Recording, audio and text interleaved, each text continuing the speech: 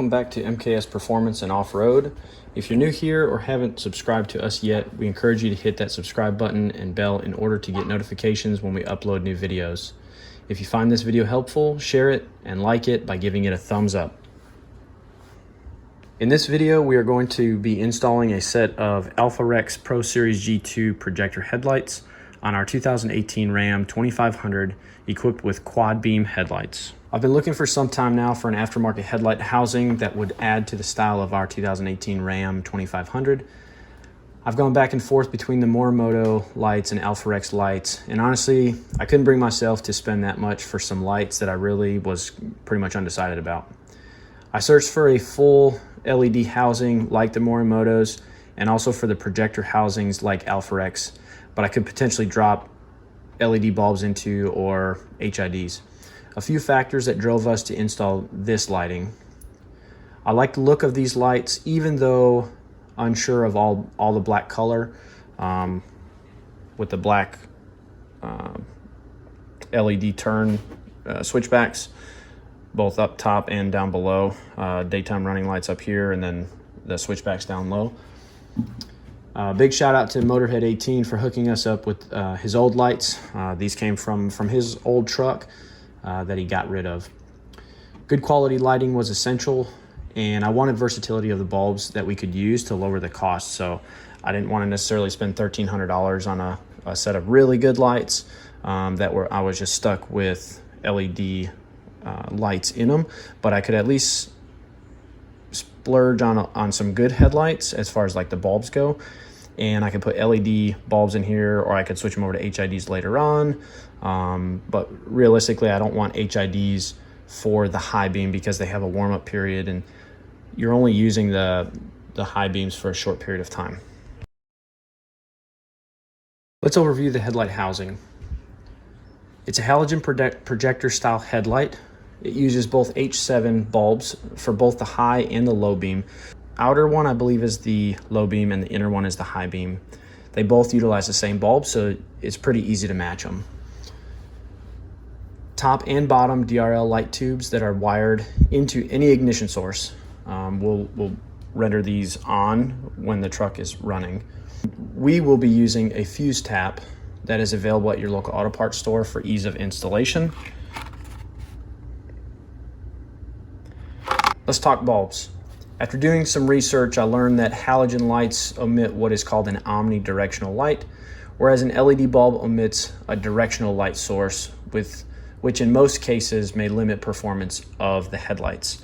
So this is where they're talking about putting an HID or an LED bulb in a primarily halogen designed projector headlight with an omnidirectional light source.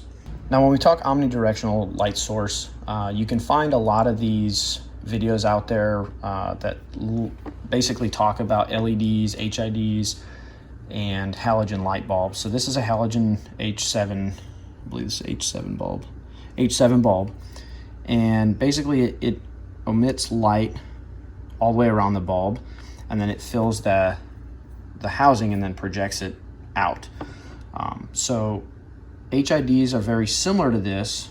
They may be brighter, but they mimic this light source better than most LEDs.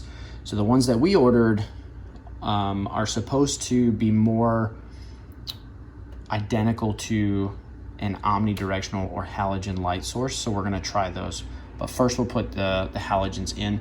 If you wanna know more about omnidirectional and directional light sources regarding HID, LED, any of that stuff, check out some good videos by Headlight Revolution and some of the other companies. I think Retrofit Source might have some good ones, but they're all over YouTube that you can find just to get smart on the subject of whether you want to use halogen, HID, or LED bulbs in your housings.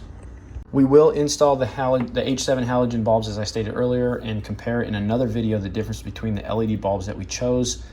The LED bulbs that we will be getting very soon, this bulb is supposed to mimic almost an identical light pattern as an H7 halogen, so we'll see once we get them installed. I called and talked to many places to find what bulb would or could work best in this housing, as I wanted LED for power consumption, heat control, color, and brightness. You can do all kinds of research, but what it comes down to is making sure you get the proper distance and performance out of your forward lighting. Tools you're going to need are going to include a 10mm socket. We used a small 1/4-inch drive extension and a clip remover. You can also use a flathead screwdriver. You may use a set of side cutters or dikes. Step 1 is going to be removing the radiator shroud held by a total of 4 ribbed clips on the bottom and push clips on the top. So these clips are going to be located here and here on both sides. You'll remove those and then you'll pull the panel off. All right, step 2 is going to be to remove 4 10mm bolts holding the grille in, which will be here,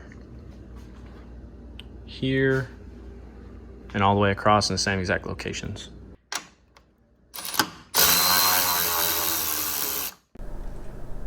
Next, you'll remove the grille. Pull the grille outwards with moderate force to disengage the bottom clips. The grille should be able to be completely removed at this point.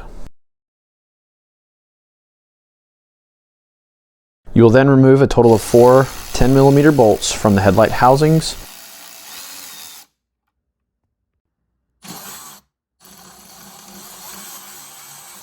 Okay, now you're going to access the access panel from the wheel well. You're just going to pull it open, like so. You're going to push up on the white tab and release the headlight. You can see it up in there. So there's the white tab, I believe. There it is. See it? So you push up, you'll hear a pop and then, or a click, and it'll release the headlight and you can pull it out. Now we got that tab pushed up. You should be able to remove the headlight now. All right, once you got the headlight removed, you can go ahead and disconnect all the wires. In order to remove these though, you have this little safety clip here. You're gonna push it out first, like so. And this one will have a red clip that you need to push out. I can get it there. There it is. All right, and then you'll push down on this one. Push down and pull. And then this one will be same thing, push down and pull. All right, first thing you're gonna wanna do if you want your DRLs to, or your switchbacks to run as DRLs, is you're gonna take this harness and you're gonna route it, since you've got the radiator cover off. So you're gonna route it in such a way that this terminal here will go to the battery positive, battery negative, and then this is gonna go to your fuse tap, this gray wire, and this is gonna give it ignition power so it turns your running lights on, or your daytime running lights with the ignition source. You don't have to connect this, but if you want them, your switchbacks or your DRLs to run with the truck during the daytime, you're gonna want to wire this in. Otherwise, you can leave it off and they'll act as normal turn signals. As you can see, we've got our harness run. We've run it across underneath the radiator support cover, mimicking the factory wire loom run and zip tying it across. The long wire for the DRLs will go to the passenger side and the short wire to the drivers. We've taken our box and put double-sided 3M sticky tape on it to secure it to the fender so it's nice and secure.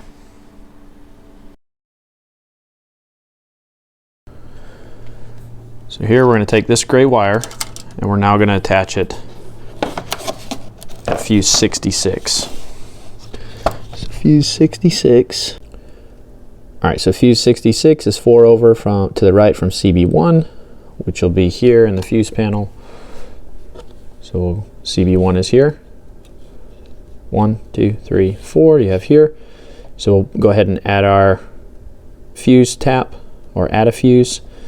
Stick this 10 amp fuse in there and then go ahead and solder it to our fuse tap soldered to the gray wire.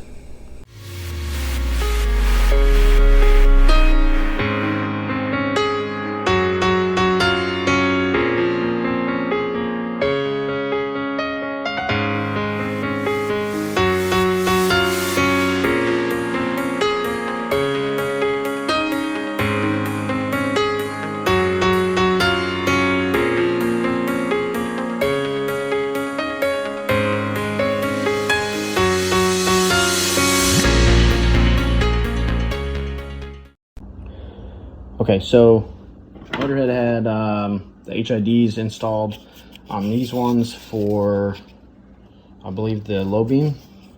So you had to modify this cap. All right, so quick tip, guys. These are trailer axle easy lube ends or covers. These fit perfect in these holes. So if you don't want to do duct tape or anything like that, you can just pop some of these little easy lube trailer axle covers in there, and then probably run a bead of silicone over there if you're really thinking it's going to get water in it or something, and just do that. That needs to plug back in the truck, but you're going to take the bulb out of it. Remove the bulb, and then you're going to plug the socket into the LED switchbacks to act as your turn signals, and you're going to insert it back into the housing. Connect your daytime running lights. Connect your turn signal harness.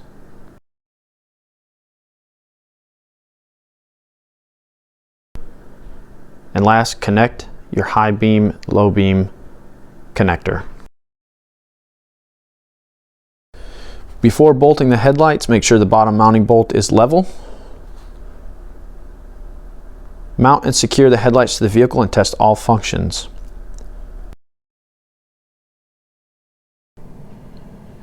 You want to ensure that when you level the headlights, that the gap between the bottom is actually level all the way around. So if you look at the headlight and the gap is different, you can try to adjust the levelness or the adjuster on the center of the headlight, and also by loosening this bolt here up top and adjusting it so that it will hold it in place. Next, you want to go ahead and check all functions before completely putting everything back together and ensuring that all lighting works inside the headlight. You'll next aim the headlights at about 25 feet against a wall on a level surface. Now that everything is installed, you can go to the short aiming video that we will link here, and it will be in the playlist. Additionally, because we are running LED lighting, it is possible to program this in the BCM utilizing Alpha OBD so that you don't get a turn signal error message, and to prevent flickering and faults when we install our H7 LED bulbs. We will also link this video once we have it up in the playlist. The biggest takeaway from this video is that you can get great results without buying some crazy expensive headlights and still get quality products that are versatile and allow you to do what you want to do with the lighting. Don't forget to comment, subscribe, and smash that like button. You can also follow us on Instagram. We appreciate all your feedback and hope that you found this video helpful. Until next time, see you guys.